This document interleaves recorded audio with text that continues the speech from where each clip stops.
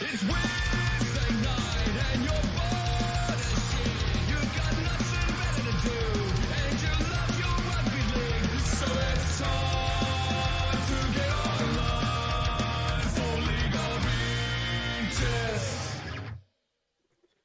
We're about to see who is bored as shit once again on a Wednesday night. There seems to be a fair few people at the moment the last few weeks. So hopefully we've got a few more of those again just to keep this show rolling. Can't wait to see what, to knowing the show, what we've got coming up. Can't wait to hear everyone's thoughts, what we've got coming along. Look, guys, first of all, I just want to start, obviously, a bit of a somber note.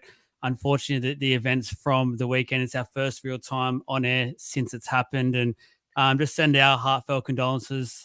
We did mention something on the page, but just in person to all the victims, all the families, all the loved ones, friends, family, everyone in the community.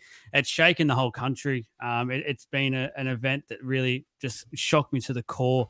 And I'm in another state, so it was horrible to read, horrible to see some of the vision and stuff that was happening. So really send our best wishes out to all those. Obviously, it's a horrible time for all those friends and families. We can't do anything to take any of that back. But again, we'll get it all around each other. I love the fact that with this country and this community, what we can all do. So, boys, it was a hard one. It sort of put everything back into reality a bit. And to be honest with you, watching the league and that, it sort of just put everything on the back burner and showed what's more important in life: family, friends, the likes. So, Adam, it was pretty shocking events.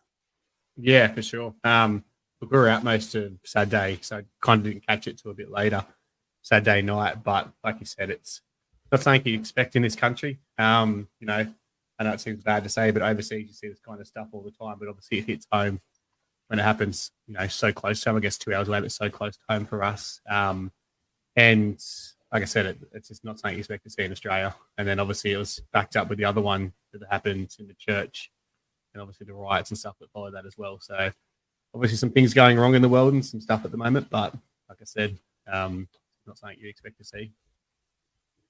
No, not at all. Jez, just it's horrible. You don't even know what to say. It's just one of those events. You can't believe that it's happened. No, absolutely right. And it's all about, you nailed it. It's about putting things into perspective. Hug your loved ones. Make sure that you tell the people that you love regularly, and because life can happen pretty quickly. So it just put things into perspective massively. Certainly. Mika, you were out and about as well and probably got to the news a little bit later, but even then, even now when I think about it, it still shocks me. It still sends me shivers and tingles. I was in and around the shopping centers today, and just that little thought in your head just pops in, like, what if this person next to me is going to be this sort of crazy guy? And just that's what it's made people think now. It's so unsuspecting, and you're on eggshells in a way.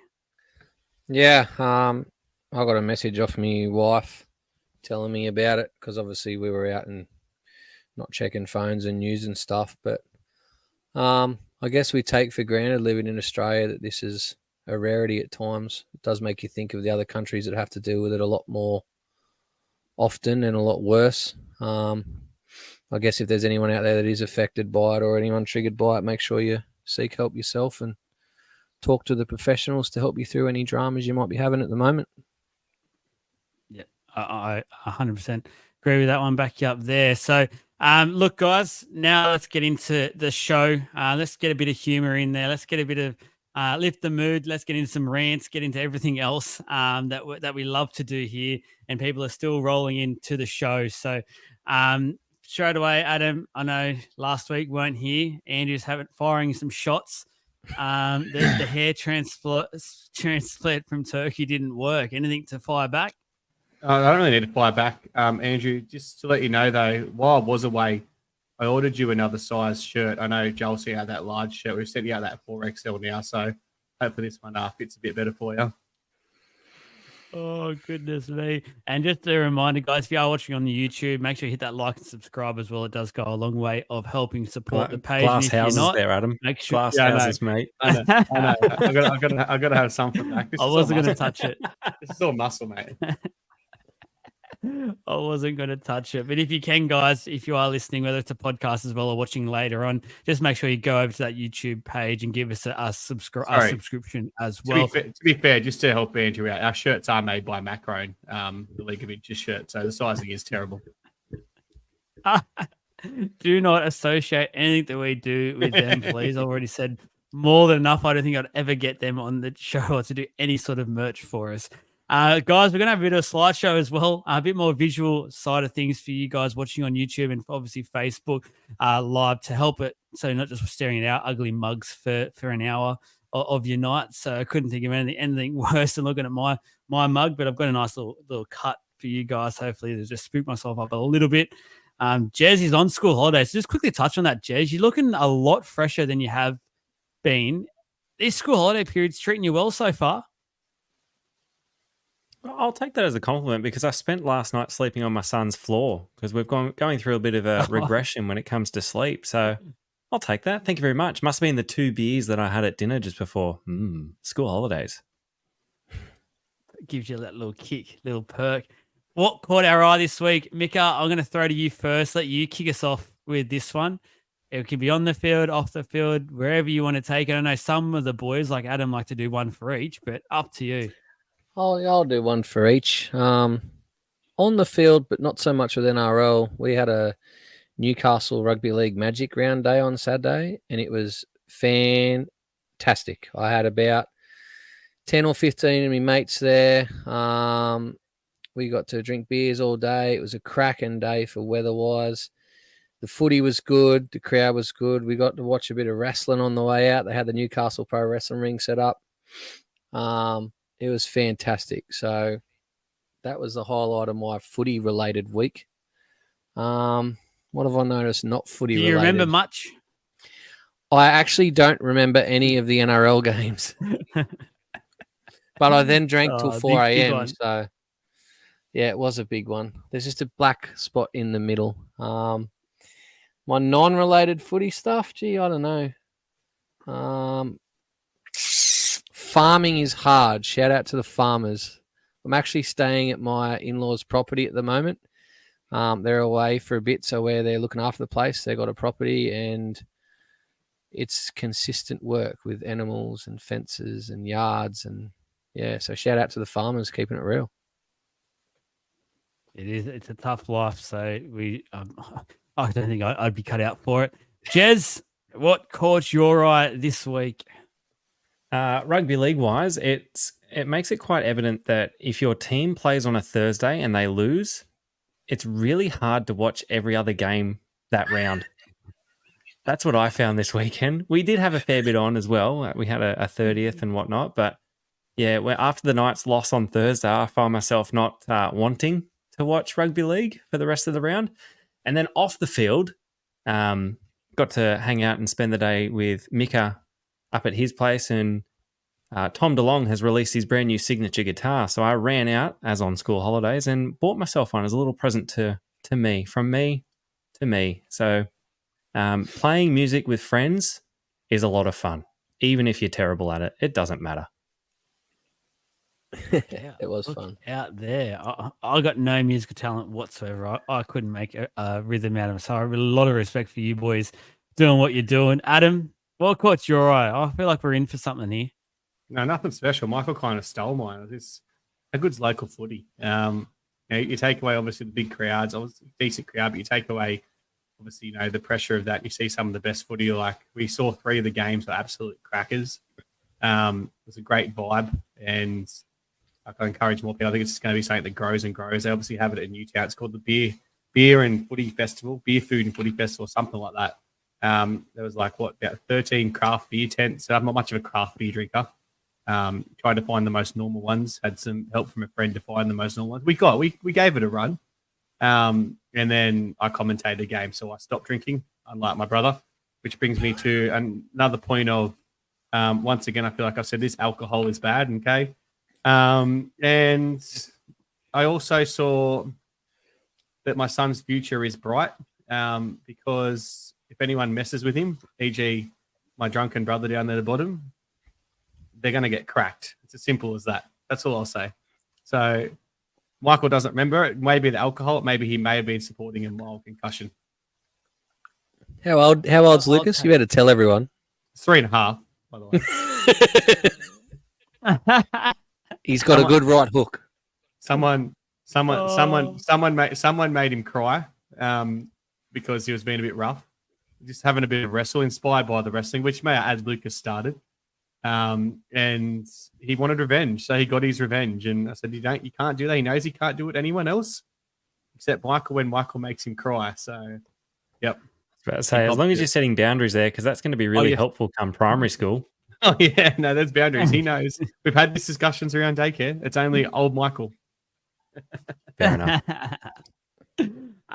What caught my eye, I'm just sticking to the footy field on the weekend, and it's the fact that we've seen some old plays come back into the game. And the Raiders versus the Titans game, we saw the mousetrap. It didn't work, unfortunately. I would have loved to have seen it actually work, and they scored a try from it.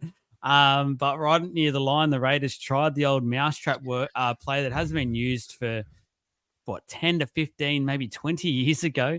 It's been that long, but it was so nice to see. It was like rugby league folklore coming back, and just made me sit back on my lounge and smile as I was watching it. So that's what caught my eye on the weekend. Now we've got the quiz time. Do you have a non-footy one? No, I don't have a non-footy one this week. Oh, fair. It's been a very busy week for me. So I've just my week hasn't been much apart from the old watching footy, doing posts and working. So can we highlight something that Jeremy said? Because I went through this a few times last year. It sucks when your team gets beat on that Thursday night game, eh? Like I was there, obviously. I saw the devastation. I saw lots of Knights fans heartbreak as they got beaten by a depleted Roosters team. But I want to highlight that there's nothing better than when your most hated team loses and your team wins to make the weekend that little bit sweeter. And that's not directed at Jeremy, but it was glorious. So is your most hated team the Knights? Or are you just trying to find an early dig into the Knights? Oh yeah, everyone knows my most hated team is the Knights. I think everyone knows that one, surely. Yeah, there's some close seconds. Don't worry. But can we announce this then? Magic round. Where are we sitting in on the second day? Yeah, so day two of Magic round. I'll be there signing autographs while I'm still standing. My good friend Nico Baker, diehard Knights fan, appears in a lot of the Knights members ads, always gets interviewed at the game. He organises Magic round. Now, he stitched us up, obviously being Knights fans, and not even most of us are Knights fans. We are smack bang in the middle of the Knights Bay. So I'll give a shout out now. If anyone is watching and has an extra large Titans jersey, I'll be happy to wear that on the Saturday. Just quickly, look, Andrew, you want to explain the mousetrap. So what it is basically to play the ball. You got one guy that sort of comes in to pick the ball up, fakes and runs, say left, and then another guy picks up and goes the other way. So it's just the old sort of fakey. To be honest, I don't even know if it's illegal anymore, but they did try it. So there's probably a way in one rule or the other that's some sort of obstruction or something with how they're ruling things at the moment. But they tried it. Surely it's a penalty. It's got to be a penalty. They'll find one in there. They'll find something. They would have gone upstairs and gone, no try. So, well, look out. Now, look, the quiz is back. Had the visual up before. So quiz time. I've gone a little bit different today, boys. So I'll be watching eyes. I don't want to see anyone looking down at phones or anything like that. There's no questions today. What it is, it's quarter time. You've all seen the post so pass and player rating, super coach and things like that. So I want you all to go down from 1 to 17. We're going to start who won last week, which was Jesse, who's not here. So Jez, you're going to lead us off because you were second last week. The Martin brothers weren't here. As soon as you get one wrong, it moves on to the next person. So that becomes Adam, then Mika, then we keep going in that direction. So actually, no, we're going clockwise. So it goes Jez, Mika, Adam. We'll go that way. So you're going to do the current standings from 1 to 17. Who's winning the comp right now? Oh, okay. Sharks. Next. Second. Is it still me? Is it the next person? Yeah, no, you go until you get one wrong. You go until you get it wrong. Oh, I thought you were saying in clockwise. No, you go. It's Storm. up to you. Third. Raiders. Been doing well here. Cowboys. Oh, give him. Give him. Oh, sorry, this. thank you. Yes. Very good. Oh, Very good. shit. It's been So a good Cowboys day. in fourth. Yep. Fifth. I think it's another Queensland. That was your phone. That was your phone. Dolphins. Friends. You're done with that.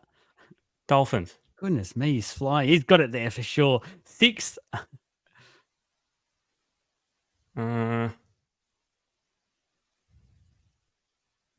It's got to be Panthers. Fucking hell, you're doing well. Holy, I thought you'd be out after one or two for sure. I would have been Seventh? out ages ago. Warriors have got to be out there. It's got to be Warriors. Oh, this is bullshit. Eighth. This is the G up. Eighth. Who's been like? It's one of the hot and cold teams. I reckon Manly. Thanks for that. You're off your head. Manly's correct. Ninth. Oh, good. This is a stitch up. Ninth, I reckon. Only because they beat the Knights, probably the Roosters. Oh, my God. 10th. Who's 10th? I reckon Broncos. They're just outside. It's got to be Broncos. It's too unbelievable now. Ele- I'm watching his 11th. eyes, and he's either. My camera's there. My hands are here. My phone is my camera. What am I up to? 11. You won't get this Probably one. probably the Eels. Oh, fuck off. 12th. Oh, this could be. No, I think we're 14th. So there's two above us. Let's go Tigers. 13th. I knew that. Keep going. Go on. You know what? Bulldogs. Oh, he's gone. He's out. He's Ah. Mika, 13th. Who you got? Knights. No, we're 14th. I said that was one. a short one. Adam? St. Come in, George, Yep. 14th. Newcastle. Jeremy already said. 15th. Who's left? Ooh. The fuck thing is, I know the last. I can look two. now, can't I? Because I'm out. No, it comes back around if Adam doesn't get this. Have I said the Bulldogs or not? Have I said the Bulldogs? No one has said the Bulldogs. Okay. Bulldogs. Yep. Gold Coast. 16th. Gold Coast. South Sydney. Oh, the champ's back. How? You're actually cheating. No If way. you got- You- if we got a- Hang on a minute. Jeremy's got to win that. He did that most No, of the no, time no. for us. Ready? No other tabs. That's pretty impressive. That's pretty impressive. Yeah.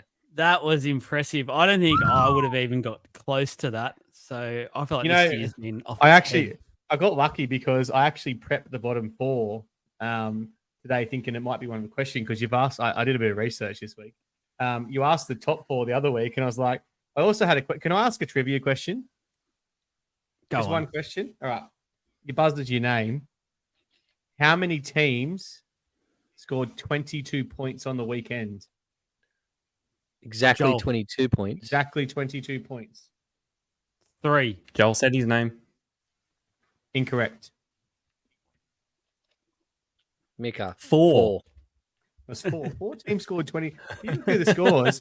There's another question to be how many teams scored in the 20s? 7. 6. 11 teams scored in the 20s. That's crazy when you Oh, think I about was it. going to say 11. Like- you didn't let me have my turn. Some of these scores, like Roosters, Newcastle 22-20. And you obviously had Broncos 28, but then you had 22 all in the Manly game, 27-20 in the Para game. South Sydney scored 22 and got beat, but then 21-20 in the Gold Coast Canberra game. Like the odds of the scores being that close, if you're someone that obviously tries to pick the score, you might have nailed one of them for sure.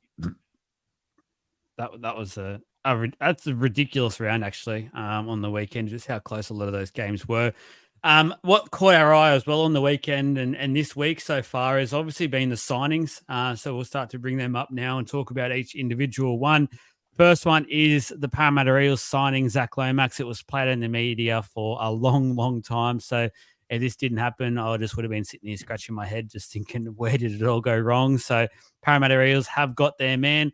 Looks like he's signed about $650K into the centres, him and Will Penasini moving forward. I'll throw to Mika first because Adam had his say last night, so I'll leave him to last. Mika, what are your thoughts on this signing here for Zach Lomax for next year on a 4-year deal? Yeah, it's a fantastic signing, especially for the coin. I think given you put him outside of halves that are going to create him space, I think he's going to – I mean, he's playing good footy anyway, but I think we'll see the best of him. We've needed that strike centre to go with Penasini for a while. It'll be good to see him back in the centres. I think he's very good at setting up his outside man as well as creating his own space. So I'm stoked about it, to be honest. Only thing is, are we going to get him this year? They keep saying no, but I don't know. Time might come. If he's that unhappy, I know there's been people for both sides of the argument, but if I look at it, if the Dragons are out of, like they lose a couple of their next games and stuff, they're out of contention, etc. I don't know why you'd want to keep a guy that clearly doesn't want to beat your club. So, the thing is, most clubs wait until they play each other before they do a transfer. Like, we don't play until like round 23 or 24 or something. So the only way they could do it, which has been done before, is they might say, "We'll give him to you, but he's not allowed to play against us." I think historically, though, every player other than Ben Hunt, every other player in history who's wanted to leave has eventually gone halfway through the year, right? Like, I think it'll just happen. You're right. As the Dragons come out of contention, and Andrew's asked a question there: do I have him at fullback? No, I don't. I think Gutho stays there until Blaze is ready, probably. I'm happy to have him at centre. We need a strike centre, and I reckon he's exactly that. Yep. Jez, I'll ask you. We've all probably been pretty vocal. I know myself, and I think you have a few times said the backline's pretty weak this year for the Eels. That addition of Lomax already, for mine, makes Parramatta a lot stronger next year, purely off the fact of just the quality he possesses. That up and under sort of kicks over to him from Mitch Moses. I can already picture them happening next year, and they're going to be a very dangerous attacking weapon. As an opposition fan, are you starting to be a bit wary of the Eels for 2025? Yeah, I think so. I think it's a wonderful signing, and the footy that he's playing at the moment on the wing, and as we say, he has to ride on his wrist, pretend to be sad every time he does something spectacular. So I think the footy that he's playing, he might even see himself in a Blues jersey come the middle of winter. But it's a really good signing for the Eels. I think him in the centres with Penasini is going to be a wonderful combination. And it just gives Moses another sort of out because he is quite good under that high ball as well. But, yeah, well done. Good signing, Parramatta. Yep. Adam, I'll ask you, what's the backline look like next year? First of all, it's probably our biggest signing. I'd say it's our biggest signing for the club potentially since the Jim Jimmick, Jason Smith kind of signings when you look back at it. I know we signed Moses, but Moses wasn't exactly in that great a form. It's a big signing because it's what we've needed and what we've been looking for so long, like a lack of centre depth. Yeah, that's the hard one, how we make it all work, as I discussed last night. I don't think Parramatta expected Blaze to have that standout game like he didn't develop as quickly as he has. We've been openly looking for a centre since when this started, June, July last year, this all started, this X-Factor player. So how we make it work, that's up to the super coach Brad Arthur to work out. But there's got to be a way. I see a transition with him and Gutho or someone in Gutho that slowly forces Gutho out. His contract expires at 2025. I think we need to get him this year. If we can win enough games to get him this year and get it all together with Moses, the footy we're playing at the start of the year, we are a chance. The problem I have with Parramatta next year is we finally seem to have got our back line sorted and now our forward pack's starting to age. So we've got some good forwards coming through, but not really being blooded. So I think Parramatta needs to do all they can to get him this year. Like I said, it's hard given the fact the teams don't play each other for quite a while, but players, you touched on it before, players always seem to get what they want. They're protected by the RLPA. Those who don't understand the Rugby League Players Association, and they're protected there. If they really claim they're unhappy, they will get their release. That's what Parramatta can offer in return. But as Jeremy said, he could play on the wing for New South Wales. So we're bringing across a player that's a centre, but he's playing his best football on the wing. So I like to hope that him and Brad have had a bit of a chat about that, because someone said he could spit the dummy. That's what he does. But Ryan Madison was like that at the Tigers, and he's been fine at Parramatta. Troy, I don't know about your reliable sources. We spoke to you last night about these, but there's been a lot of players that apparently not happening. And to be honest, I don't trust much things coming out of the club at the moment. So that's in saying that, if that's coming from your mouth, I'll predict he's at the club next week. So, Chris, I reckon Moses will keep the kicking duties for next year at the moment. So I feel like he will be the number one. And then how good's the depth in the goal kicking range next year to have him sitting there? So in the second option, I think anyway. And Adam or anyone else have anything different? I think Lomax will be a chance of getting that one spot. I reckon Moses keeps the kicking because it's a confidence thing for him. Very much so. You think you want players to come in and fill their role as well, not take over? Zach doesn't need to come to Parramatta and try and prove his price tag like he's had to at St. George. Doesn't need to come there and try and force those stupid balls and those slip passes and stuff. He has to come in and play his role. And you give him the obviously opportunity in the role of kicking, probably makes him overdo stuff, which he doesn't need to do. Hi, Leroy. No, I agree. You got a couple of fans tonight, Mika, so keep having those shout outs and keep getting involved in the comments, guys. Michael will tell his Bandcamp stories after 9:30, guys, if you want to stick around and hear them. I'm sure Lee will have some band stories as well. He's been around.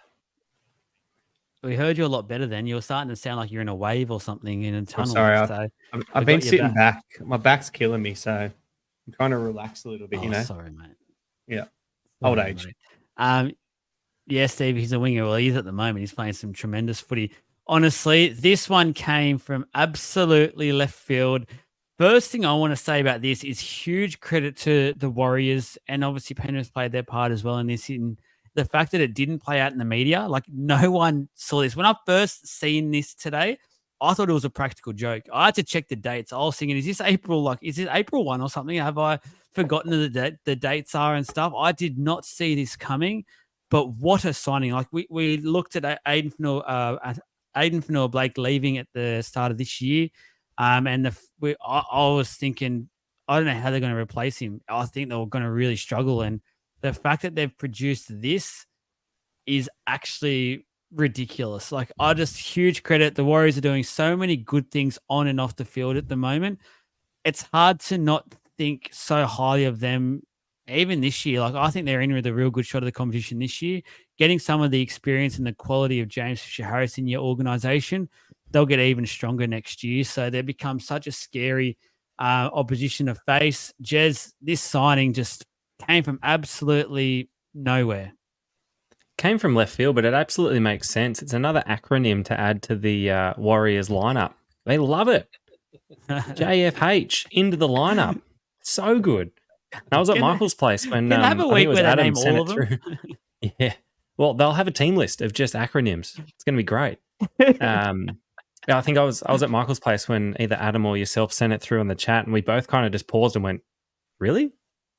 Where'd that come from?" Because it did. It honestly, that was breaking news without anybody leaking it or any sort of media outlet getting a sniff of it. So well done to both the Warriors and the Panthers. That's how you run your signings. That's how you run your organisation. And what a signing for the Warriors. They just keep on building. Go up the wires. It's scary. Adam, I know you like to give little digs into the Penrith Panthers supporters. Is there one coming here, or are you going to treat a bit cautiously with this signing? No, not at all. I'll touch on the signing first of all. Look, obviously you've nailed it. They replaced Fanua-Blake perfectly there. Once again, the concerns I have for them is an aging halfback now. I think the Warriors, this is their year. This year they bring him in. The other concerns I have is a lot of players. Fine wine. He is like fine wine. Yeah, and everyone said that about Thurston as well, and look how his career ended. So I think he has more ticker than Thurston. That's one back for Heine. I've got you, Heine. But the biggest problem that a lot of the Warriors, when they sign these New Zealand-born players, let them go back and struggle in their first couple of years. They get around their family they've been away from for so long. their minds on. I think they struggle. Like no one can deny that at all. So like look at CKN. Just, we're going to abbreviations now. We're not saying the whole fucking names out. That's for sure. Like he hasn't achieved what I know he's been injured, but what he did at Canberra, he has not hit that form. You can't deny that. Roger Tuivasa-Sheck in his first stint wasn't as wonderful. Obviously, he's playing great now. There's a long list of players. Can we think of the clubs that they're coming from though? Like, can we take that into accountability? Like he's coming from Penrith. That's great, but there's a crisis at Penrith as well. Something's not right. I know you can blame cap pressure and all these players they're bringing through. I've got some breaking news coming through soon. I've been told earlier, but look at the players that have left Penrith now. And I know I feel sorry for Penrith fans after I have a dig in. I'll feel more sorry and I'll get to my serious point. I was more going off the work ethic sort of dig that you're having there, and the going home and relaxing. I don't think he's going to be not coming from Penrith. You can clock off after being pressured to be at the very best for so long. He's done it all now at Penrith. Like, I guess you can look at the way he's going home to his home country team to guide them to a premiership or maiden premiership, whatever you want to fucking say, but it hasn't happened yet. So let me get on with it because you're ruining the moment here. I'm building for suspense. So Sorry. what I've been told is all these players are leaving Penrith, right? And the reason they're leaving Penrith is they don't like playing in front of their stupid fans anymore. Like, I reckon they're dumb, they're idiots, uncultured, and they're all leaving because of that. So I don't know if there's any truth to it, but obviously the list speaks for itself. They're all trying to get out of there as quick as they can. As soon as they've got the money, they're escaping Penrith. So now I'm going to have a serious note now after I've had that dig. Not because of Penrith Beach? No, not because of Penrith Beach, no. But look, I feel sorry for Penrith, and there needs to be some kind of reward for Penrith, or not just for Penrith, just clubs in general, that bring these players through from Harold Matts, SG Ball, Jersey Flag, inter reserve grade into first grade. I believe players should have, and this goes across all teams, rewarding players to bring junior players through, have some kind of, discrepancy or a discount. Let's say it's 10% of their wage. What's deduction? Deduction is the word I'm after. Discount deduction would be definitely, yep. Fuck. Words aren't You always are my Kenty thing. tonight. Yeah. Anyway. He's good with numbers. Leave him alone. Look at numbers. But if you give them a 10% discount, right, of what let's say he's on 800,000, they get $80,000 of that. Doesn't go towards the salary cap. They can keep these players. They keep losing. So I know Jep's no problem, but they keep bringing them through. They keep leaving. It's going to keep happening. They should be rewarded for bringing players through. So clubs like the Roosters, that can't turn around and sign them. Anyway. Yeah, but I agree. And clubs like the Knights, who have such a wonderful junior base, and we can rattle off a full team list of Knights juniors that are now at other clubs. It would give them more Canberra starting team, to be honest. Yeah, pretty much. Just Canberra. Yeah, but it gives them more incentive to hold on to those players if that's going to help with salary cap or any of that sort of stuff. I agree. I think there should be more of a reward for holding on to your juniors and developing the future of the NRL. I thought there was. Mika, no. Like club. Your development players aren't included in your cap, I believe, but your development players, they can't play a certain amount. I thought if you brought a player through your juniors and he stayed at your club, you get cap dispensation or whatever. Is that a word for it? If they stay at your club and stuff. It has to be 10 years. I think 10 if years. they stay your club up for 10 years, you start to get some sort of discount. But 10 years, yeah. So you're talking about these a long time. I'm talking about Some people's careers don't go that long. Buddy Franklin couldn't even last 10 years at the Swans. When they find their first senior contract, we'll say, so after they've come on, I reckon there should be some kind of discount given. Yeah, but hang on a minute. Every club just brings players to their juniors, so every club gets a discount when players leave them. So if every club's getting a discount, then they're all in the same playing field. So what's the point? But they're not, though, because some clubs don't bring as many juniors through as others. You can go through that many teams and work it out. Even our team, there's not that many juniors in our team coming through. Like, our 1 and our 7 aren't classified as juniors because they left. They're the bulk of our salary cap. Yeah, I don't think it's a big of an issue in that point as you're making it out to be. But anyway, carry on. I do. Mika, I'll ask you, but quick shout out while I can see them both online adding some comments. Mark and Paul Coulson. I hope I've got the last name correct there. Shout out to you both for becoming subscribers to the YouTube page. So really do appreciate the support. Really, really do appreciate it. But Mika, the signing itself, though, do you rate it, or like there's one or two comments I've noticed that have said, oh, maybe it's the back of his retirement funds, blah, blah, blah. But me personally, I think it's a tremendous signing. Maybe you see it differently. Nah, I think it's phenomenal. I wish he'd be going to Parramatta. He just monstered us in that grand final a year and a half, well, 2 years ago nearly now. Like, I think he's a phenomenal player. I think he'll be a perfect replacement for Fanua Blake. I think he's got plenty of years left in him. What he could teach young front rows as well, I think. And I just can't believe there was no talk about it beforehand.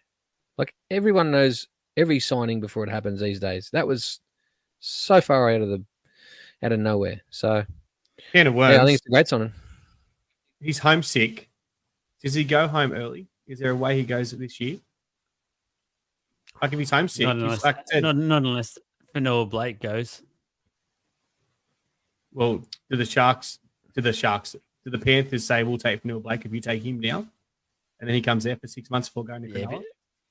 I know there's a way, but the bloke's claiming to be homesick. Like it's still, 6 months before he moves. Has he come out and said that though? Like he's just That's why they got him out of the contract. He was signed. That's why he's been released. yeah, okay. It's the only way you can get out of contracts early and approach players when they have that sort of thing. The club releases them, says okay, and off they go type thing. So I think the big thing as well that I've remembered, they were going hard straight after Aiden Fanua Blake mentioned he was leaving for Braden Hamlin-Ueli. They're so lucky they didn't end up getting him. So because if they did, Paul, thank you, brother. Really do appreciate the gift there. So hope you're enjoying the show. Just keep your comments coming. I'll make sure they're on the screen, whether it's paying out Adam and his hair or if that seems like a big thing with the show tonight. I don't know what's going on. I'm walking down the street and I'm copping it. Now, Chris, who's bald, may I add, wants to make comments about my hair. And the bloke's only just let it go himself. Chris, if you continue this shit, I'm going to get in your Facebook. I'm going to find a photo of you last year. You look better this year with no hair. There's no doubt about that because you're a big, muscly, sexy man. But I can't pull off that look. I'm going to Turkey. I told you. But I'm actually growing my hair. I'm growing it one more time before I go to Turkey. He's going all out there. Now, there was another signing to talk about, and that is, unfortunately, Joey Manu is departing off to, I thought this was a jail when I heard the name, Toyota the Blitz. So that is Japanese rugby for anyone who doesn't know. I think they play literally like a 15-game season, and like they actually literally rotate the squad. So he'll be lucky to play, I think, about 7 games of that. So, and I think they've got rules in place. They're only allowed to have a certain number. I think it's 3 actually players outside of Japan allowed to play at a certain time and all this sort of thing. The dosh, as Mickey is saying, go, Mickey, you take it away. Go on. Money talks, mate. He's got to set himself up for life. How much is he getting? I don't know. It'll be phenomenal. We saw what Semi and that got when they went over there. He went to French rugby, not Japanese. French rugby, was it? There's a big difference. Okay. There's no lemon boys. Euros, no lemon yen. boys. No lemon boys in France. Yeah. Yeah, look, I don't agree with, I've seen people come out, well, not people, the media, they're talking about this war chest. We can pay a person to stay in the NRL. Like, what's the point of the salary cap if that happens? I don't really agree with that take on it. I was going to bring that up. Chris just haven't had a salary cap for 20 years. Why are you talking about that? That's not the issue. You obviously just want to go to Japanese rugby. He wants to go drink lemon boys in the street like we all do. Just want to go to Japan for a little bit. Yeah, the sushi's better over there. Well, it's his stepping stone. Isn't that why he's doing it? It's his stepping stone in the All Blacks team. Can they be selected from there? I thought they had to be playing in New Zealand to be selected. You don't have to They be can't playing in be New See, Zealand what to he be has to selected. do, No, I Australian believe rugby's you have to different be because we're now. I desperate. was listening. Mm. Yeah, I was listening to an interview today. Oh, yes, on a podcast today. SEN, Joel and Fletch, and they were interviewing, I think, the guy that's going to coach him now. He used to be the All Blacks coach. I have no idea about rugby, guys, so I can't say names or anything like that. But he was saying what his plan is at the moment is to use that first couple of years to play Japanese rugby where he didn't want to say it, but what he's trying to say is it's easier. He'll get to know the game a lot easier there and probably dominate because half of them can't tackle. And then if he's doing well, he'll either go to the New Zealand sides in Super Rugby and then try and make the All Blacks team. While he's playing for Japan, he can't qualify to actually play for the All Blacks. So, but who knows? After 2 years, if he's struggling, he'll go back to the Roosters. And technically, he only misses one season. He won't go back to the Roosters. Let's be honest. If he struggles over there, he's got his, let's say, $4 or $5 million, whatever it is. He'll go to the Warriors for sure. Because there was rumors he was going to go back to the Warriors anyway, or to the Warriors anyway. There's no way he returns to the Roosters. No, he's not an acronym. He's not going to the Warriors. Don't worry about it. He might change his name to fit in. Maybe. Might marry and take her name as well. It's such a shame. Do you think there's anything? Sorry, go. No, I was going to say there is some talk about the Roosters at the moment pressuring their players to leave the Codes instead of signing with other teams. You know, the Dragons are throwing some crazy money at him to go to play fullback for them. That didn't happen. There's talk that the Roosters are basically pointing to their players saying, go to rugby. And then if there is a chance it opens up later on, come to us. Adam, is that dangerous territory? He is a massive loss to the game. I will say that. Like, rugby league is going to miss Joey Manu. He's, for mine, a top 5 player every day of the week. And when he's fullback, he's actually ridiculous. Well, you nailed it, because when you think of the Roosters, you think of schoolboy flogs. And when you think of schoolboy flogs, you think of rugby union. So, honestly, it fits in perfectly together, doesn't it? They've got issues, though. It's just the Northern Beaches thing. Yeah, 100%. Like, most of them grew up playing rugby through school, and that's being 100% honest. Look at those schoolboy competitions; they're mostly rugby. You know, the tough boys out west, they do the hard thing of rugby league, where they touch the ball more than 3 times a game. But if you're leaving a club like the Roosters, there's obviously something going on if they're not going elsewhere. Because, like I said, the Roosters have always been able to keep their players what they want. And as Steve said, there's been rumours going around Crichton. He come from rugby union. Obviously, so did Swalihi as well. There's a lot of players that seem to be going back to the game, and they're not going back because of the way that rugby's growing in Australia, that's for sure, because it's going backwards.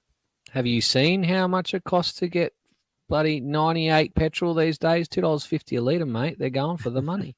They've all got electric cars down there, mate. At least hybrid. You've touched on Adam, and let's get into it. They're in the helicopter.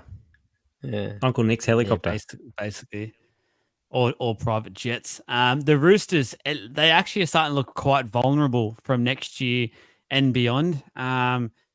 Is the mighty empire that was starting to crumble? Is it falling down? Uncle Nick, has he got less say? Like, I keep hearing that his time at the club is coming to an end. There's going to be a changeover. I think like it's Mark Burris. It's looking like stepping up and taking over there over the next couple of years at some point. Money. He's got just as much money. I was going to say very good figure to have. More. But at the moment, the player market is pretty thin. Like, this is the weird thing that I don't get. The Roosters normally have plans in place when this sort of stuff happens. But at the moment, I know contracts we've just spoke about mean nothing, and all it takes is someone saying they miss home or something, and they'll get out of their contract and go back to Sydney. But at the moment, there's nothing available. So the Roosters are about to lose 2 quality outside backs, maybe Tupou. There's a talk about if he's retiring. They're losing Rhea Hargraves. They've lost maybe Crichton as well if he leaves. So there's a few out. Jez, if I'm predicting right now, I don't even think the Roosters are a top 8 team next year. I can't really comment because I was really looking forward to playing the Roosters this Thursday, and it didn't really go to plan, even with 2 of their, or 3 quite good names out and us being near full strength. So I think they'll probably still find a way. They are staring down the barrel of a lot of losses.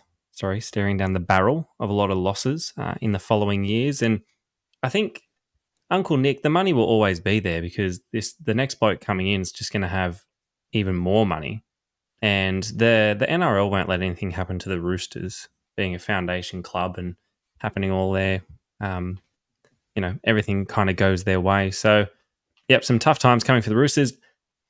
I kind of agree with your top 8 comment, and I'm a little bit excited about them missing the top 8, just to rub it in a couple of those Northern Beaches faces, and the 7 fans that turn up to every home game, because they only come out during finals time, as Adam will probably say in his little wrap-up here. But yeah, can't really say much because they held us up on Thursday.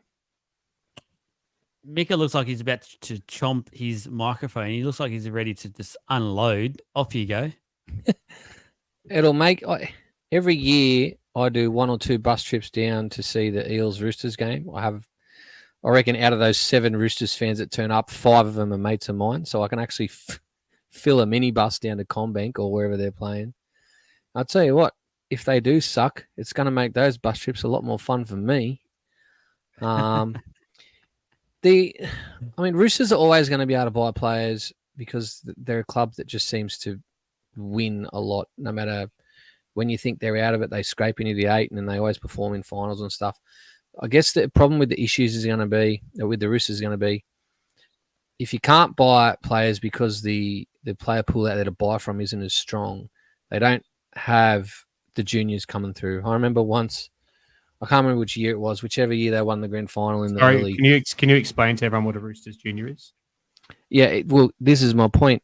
Okay. They won a grand final, and the only Roosters junior on the field was playing for the other team. So that'll be where they run into the problem if they can't buy the players. Yeah, come on, Dan. I'm fine. That's not the best. That's not your best. Not your best. No. Yeah. So that's where I think they'll run into trouble if they can't buy players like they historically have because of player shortage, which comes down to the fact that we've had no junior comps for a couple of years because of COVID. There aren't the amount of players coming through like there used to be. I reckon that's where they'll struggle. Yeah, but too sissy. On the Roosters, while we're there, I can't believe no one tipped the Roosters last week. Everyone talks about the players they had out. They had Tedesco out. Manu's a better fullback at the moment. Someone did here. I tipped the Roosters. So did you. I tipped you. Don't claim it yourself. They had a half out, which means the one half they had in got to play football instead of overcalling each other. And their forward pack's better than the Knights pack anyway. It was a sure thing. One thing I've realized with you two Martin brothers are you guys basically follow each other with everything when it comes to tipping. I've noticed pretty much week in, week out, your tips are almost identical. You know why? Because he usually makes me not now. When he's going good in his tipping comp, he usually messages me and asks me who to pick that week. We talk a lot of footy. It's not like no. He hasn't done it this year because I'm going head to head with him. I just like talking about footy and who I'm going to tip. All right, you've had your say. Relax back, get your long ready again, and let's go. So his microphone, guys, his microphone.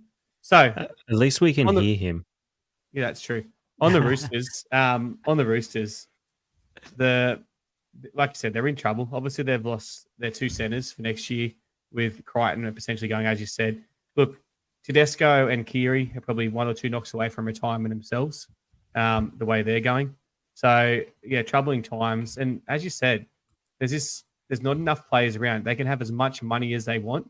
The only solution for the Roosters, if they want to sign a player, they can look to the Knights. They can see if the Knights full back and go to Bali, and all of a sudden they'll have a few more players available to come to the Roosters. That's the only possible option for them because there's just no players out there. If you know, you know. Oh, there's always digs in. There's always digs. Guys, I'm moving on before we even go down that way. I was hoping we were avoiding that sort of shit tonight, but here we go. The golden point debate. We've obviously seen it after the weekend, the draw. Let's all have our say on what we would actually like to see happen with the golden point, what changes we would actually put in place if we were in charge of the NRL. Goodness me, how good would the NRL be if one of us were in charge? I'll probably go to Mika here first. What would you change for golden point? Absolutely nothing. I love it. I don't know why people carry on about it so much. Now, and I'll explain why. The biggest thing for me is people go, oh my God, sometimes just let them have a draw. No, the whole point of a game of sport is to get a winner and a loser, right?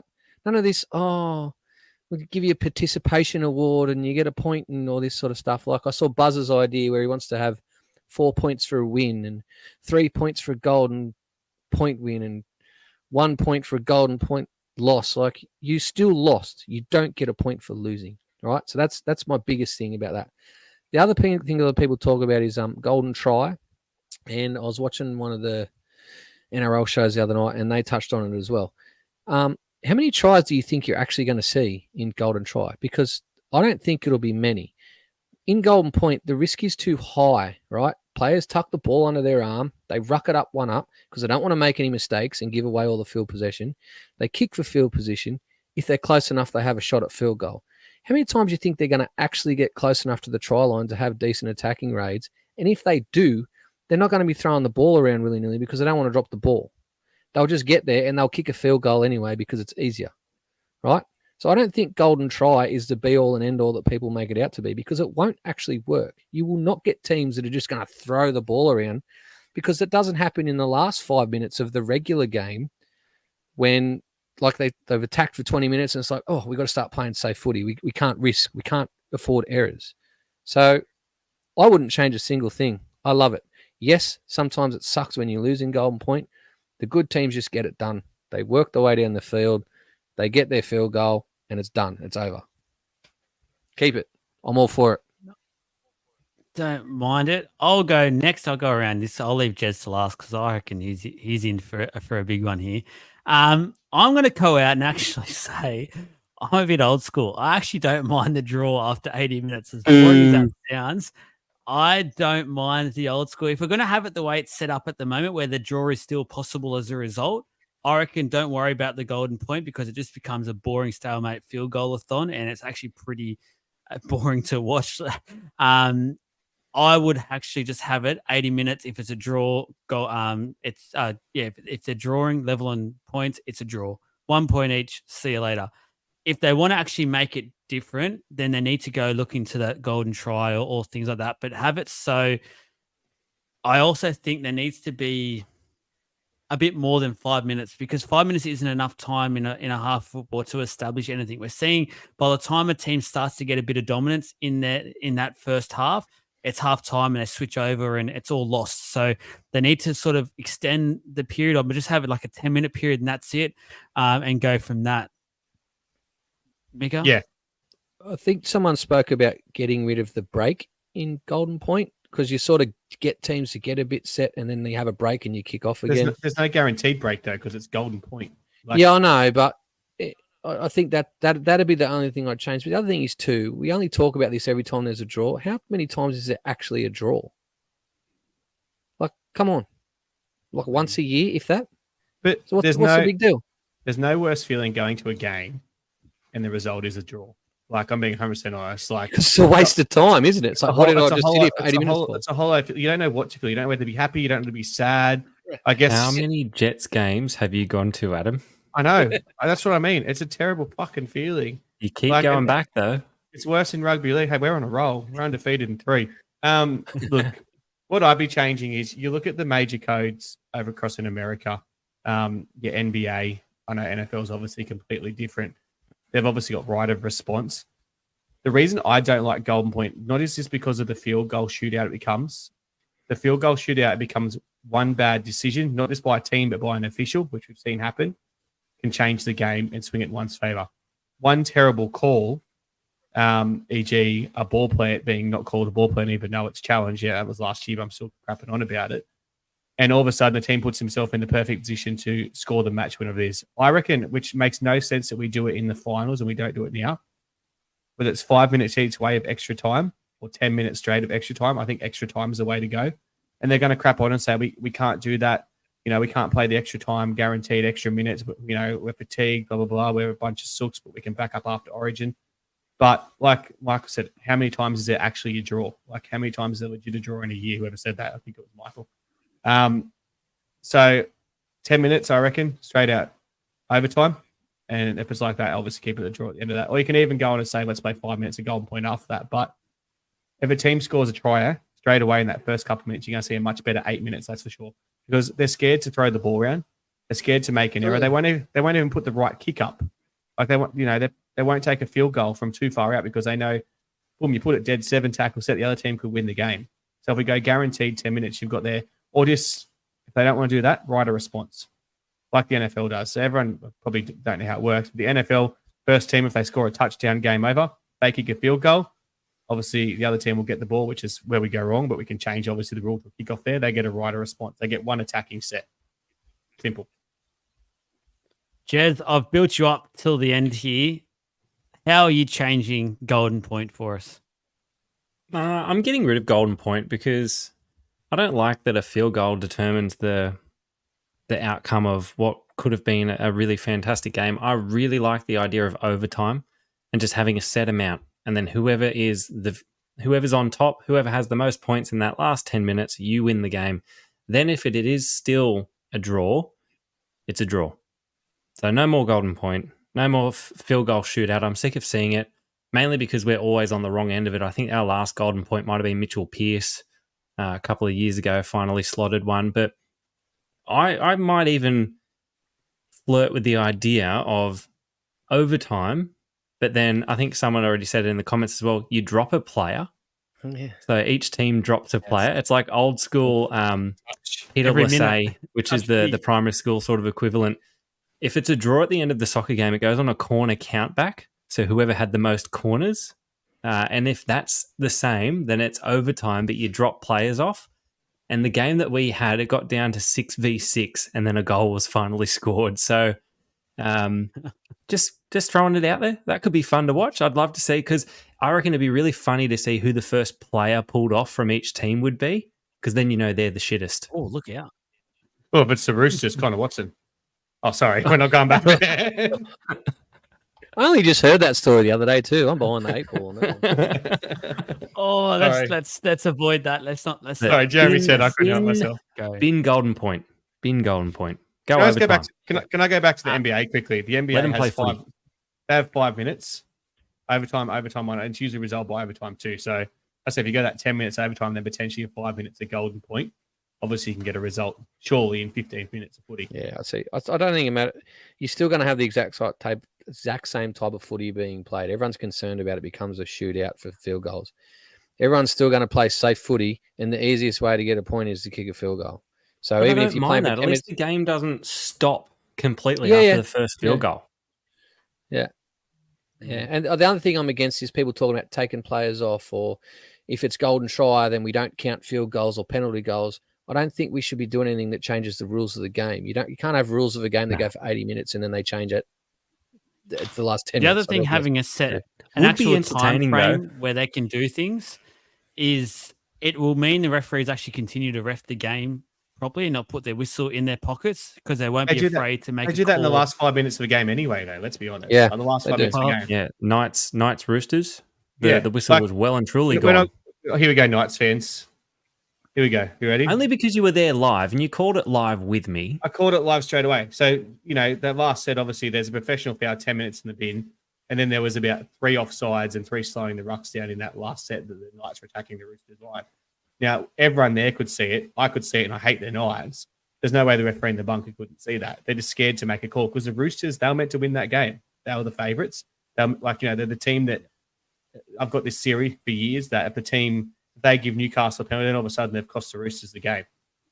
But anyway, that's footy.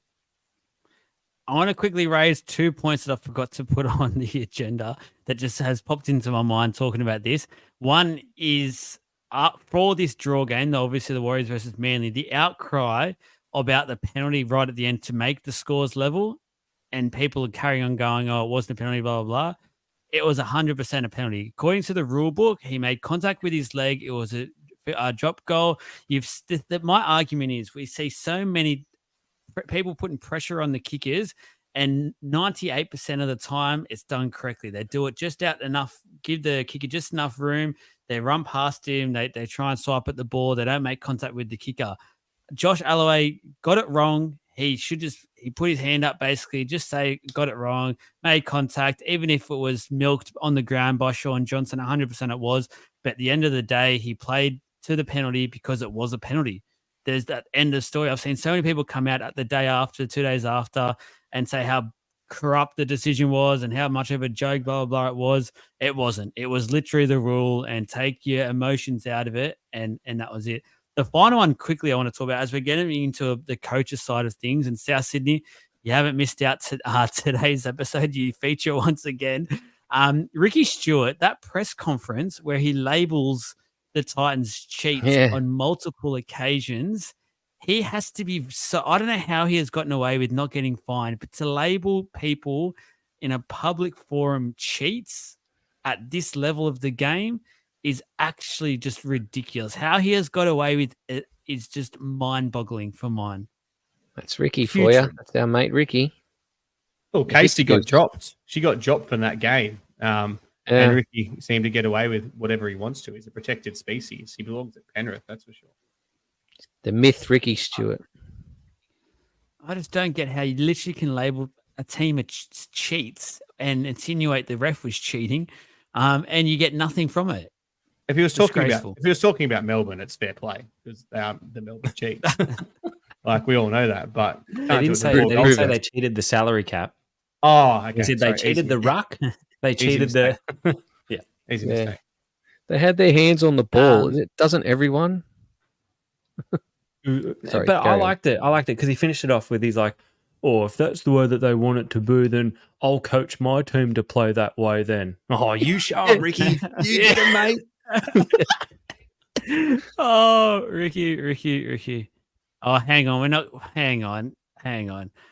Mr. Warner wants to get involved. No penalty. He's competing for the ball. Sure, it is in the rule book, but when it was supposed to do what?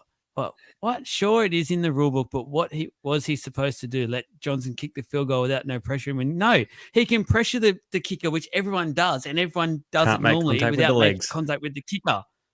He got it wrong. He got it wrong by literally about 5 centimeters, but he contacted the leg. End of story. Like it was a penalty. That Darwin Heat's still getting a try. He's still in Darwin. It's very similar to the. It's very similar to the Eels Manly obstruction. Like, yes, it sucked, but it's the rule. And if we go down the road of letting the refs pick and choose which rules they follow, because it's not a massive break of the rule, that's a very slippery slope to go down. He contacted the leg. It's a penalty. Oh God, he's drunk. He's had a few, old Troy Warner, but shout out to you, brother. If you want to get on and we can have another beef after last week, if you're ready to go, maybe next week. Let's talk about JD quickly in the South Sydney Rabbitohs. He still has a job apparently. How? I have no idea. He's effectively, as I say, dead man walking.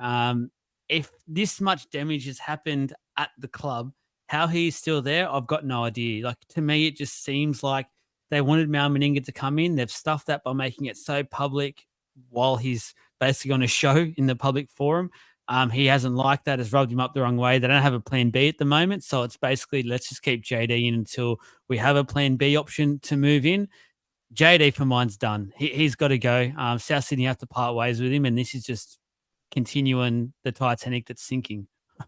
It's Paul's has come in with my spoiler, but they've appointed David Furner as an assistant coach to come in.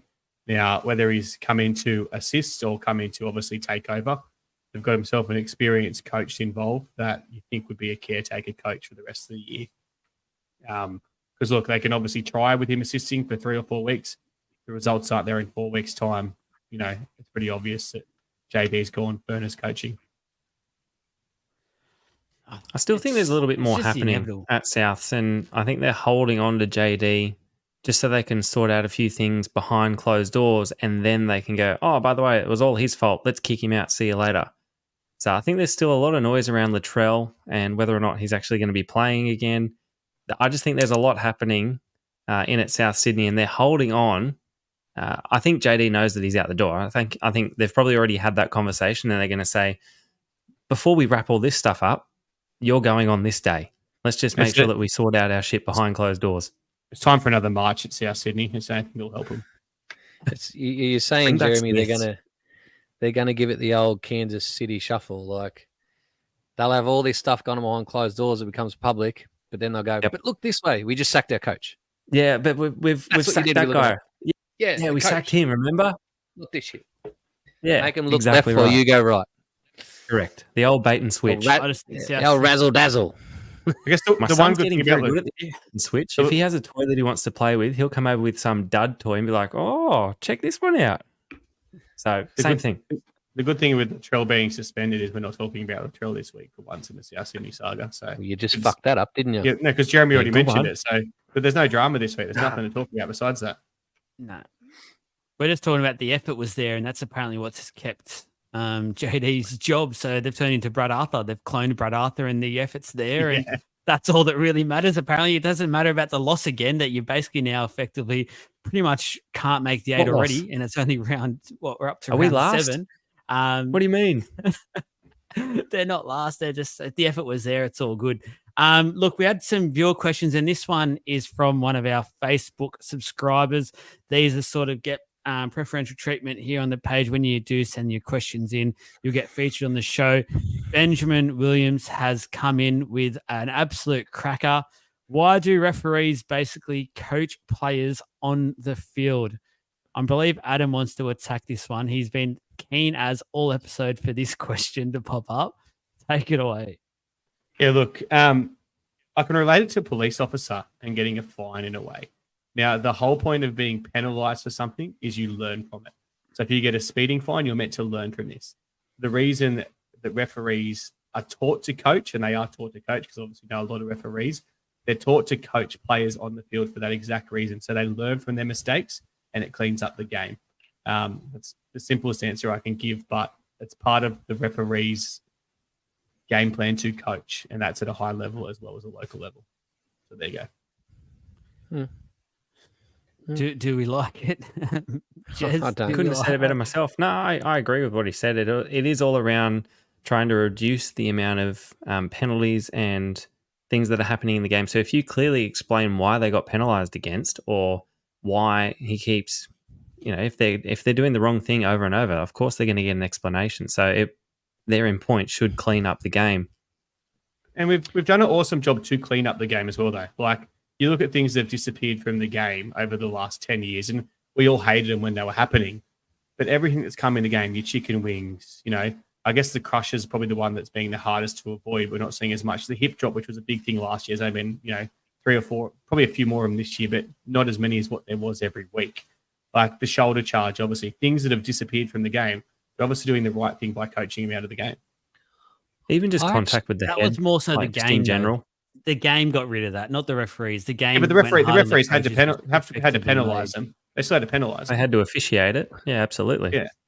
I read that question completely different. What I took out of that question was like when the ref's yelling at a bloke, "You're offside, you're offside, Yes. get back to 10," and they don't 100%. penalise him. That's the way I took it. Because if And he I stays hate out of that. play, that's always been part of that. No. Like, and then But they gets shouldn't into be. does it? You're already offside. Get it. Blow the. I hate it when they talk about someone.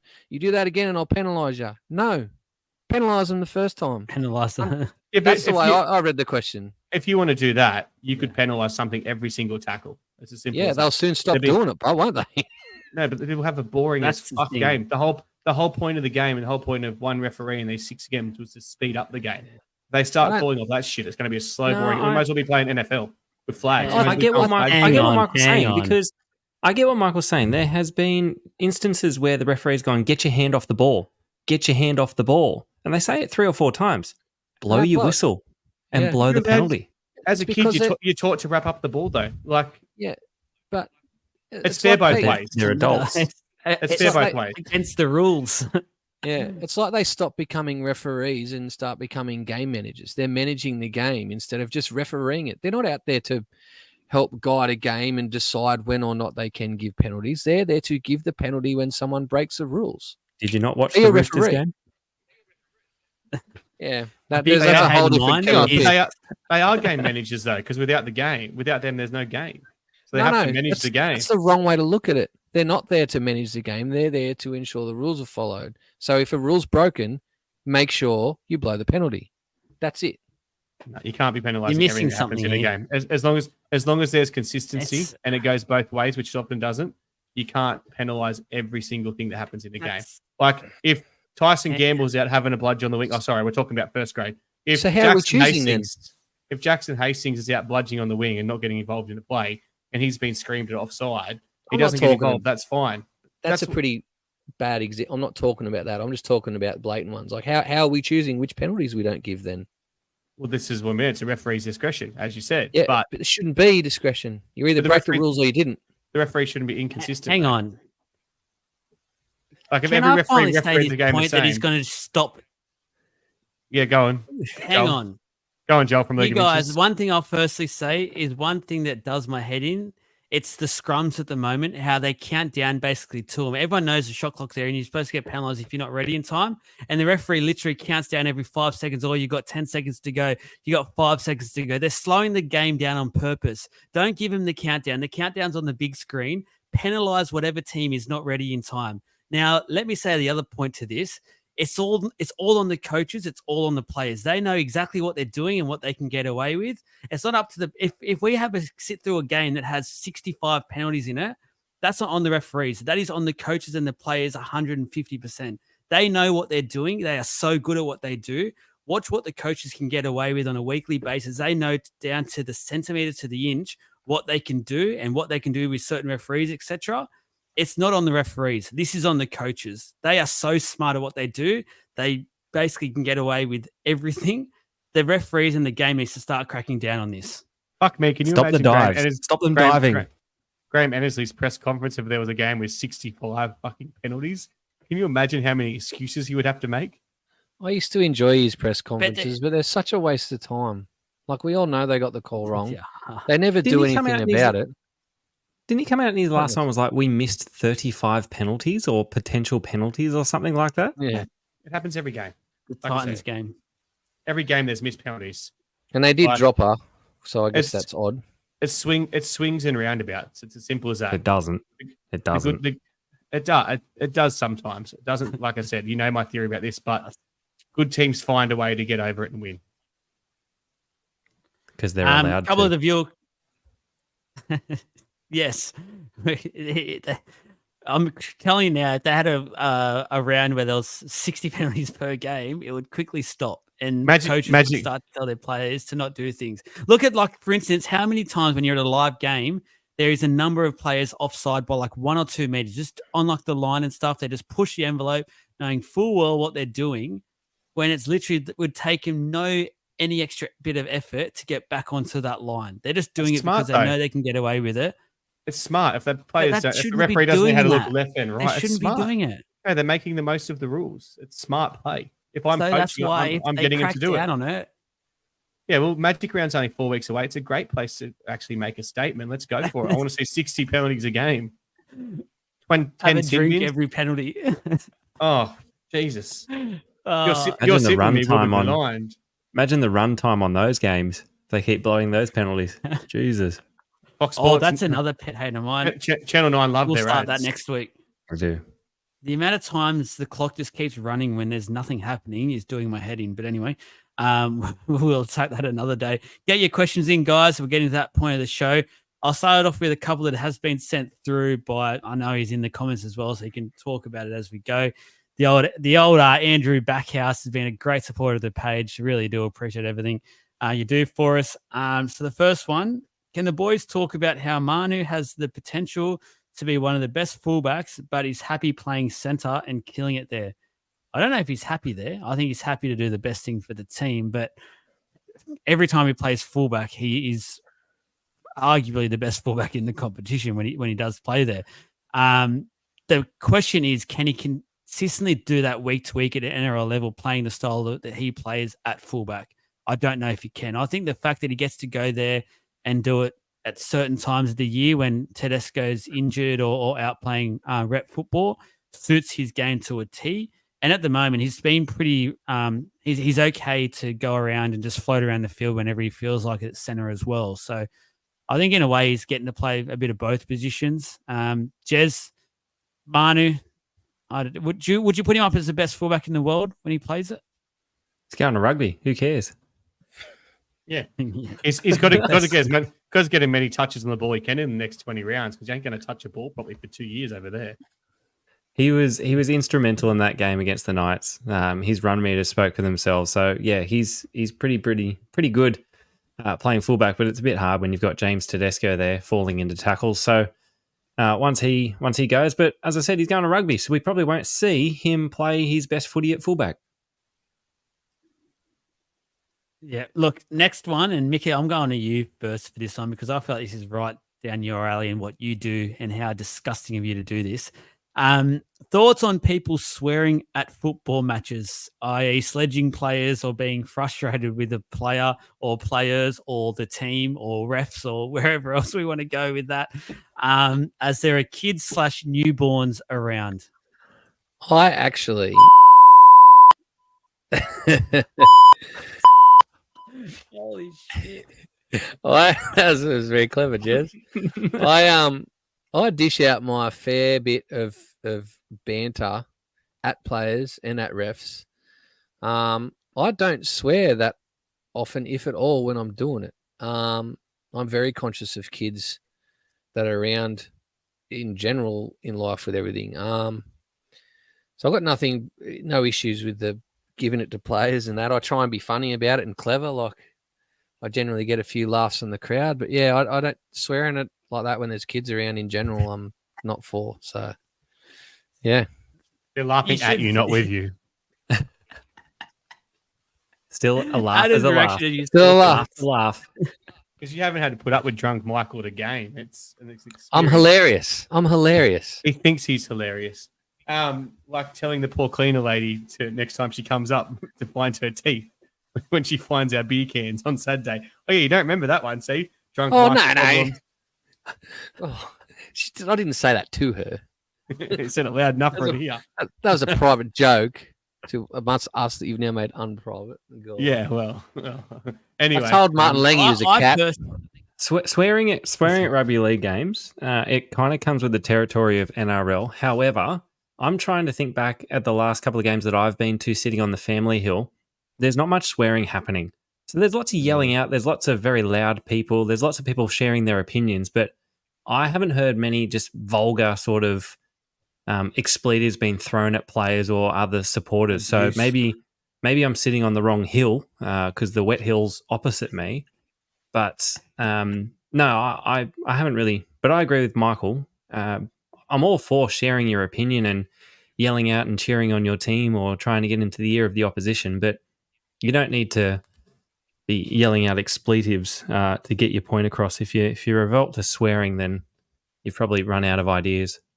The players, though, I'm quite happy for them to be swearing on the field. I saw people complaining. Oh, yeah. That They're in the middle of rugby league battle. players shouldn't be Go for swearing it. because the kids can hear them. Like, man, they're in the middle of getting the shit kicked If you don't out want of each kids other. Let hearing 'em it, go. don't put effects microphones all up and down the field. I swear, Nothing better than listening to Fox Sports and you hear a swear get out. Ooh. especially with the Latrell interview. I swear at games, but I swear out of frustration. Usually, when my team does something stupid, it's never shouting out really loud. Like I look down and usually swear. Yeah. When I've seen you do shouting, that. when shouting at abuse, I will never obviously swear at the direct to the player or the opposition player. But yeah, it's usually half the time you're right. It's mouth. You don't actually say it. Like, you know, you look down and go, "You fucking useless C," you know, like straight away. But you don't say it that loud. But I haven't got a problem with that. But when people start shouting out direct abuse to players, swearing at him and stuff, I find that pretty unnecessary. But The other thing I'll add to this, I agree with everything that's been said. I think with kids and stuff involved, I take them to the footy. You sort of do warn them, and you know what's going to come with the context of things. So the thing that I always say is that whatever you hear, you can't necessarily repeat it either. So know what you can and can't say. Just because a stranger's saying it doesn't necessarily mean you can just come out and say, "Ref, you beep and beep beep beep." So, but look. Andrew, you're so good with this. We want questions like this. We don't want the serious stuff. We want before you do these this, sorts of questions. can we ask Andrew? Andrew, you going to Magic Round this year? Because me and Joel are going to be sitting together at Magic Round now, and because you've mentioned drink, we would love you to buy whatever drink we say Drink for we us. choose. Yeah, and we'll buy you one, but whatever drink we say you've got to buy for us. Okay. All right. Someone else go first. Yeah. All right. What is everyone's go-to alcoholic drink? And if they don't drink, what's their go-to drink other than water? Can we play this? Can we play before you go? Michael's is Sailor Jerry's. Jeremy's is ginger beer. So I've just nailed both of theirs. I've saved you a bit of time. Joel, say yours. No. Can you say the brand, please? Because there's a few ginger beers getting around. and I don't want the inferior. Brookvale Union, proud Manly Thank you. fan. Yeah, Joel, yours. Ooh. I don't mind a CC and dry in a bottle. The bottle just tastes so crisp. Love it. It used to be a Southern Adams is Comfort a man, but to be honest, vodka I don't really lime drink soda much anymore. No, it's not. or It's a vodka changed. Red Bull. No, I've gone off them. I had a big night of having about 20 of them, and I was awake for about 60 hours. So mine now it's a lemon squash, so a lift, vodka, raspberry, and lime. It's called a fairy floss. Don't judge me. It tastes amazing. Don't knock it till you've tried it.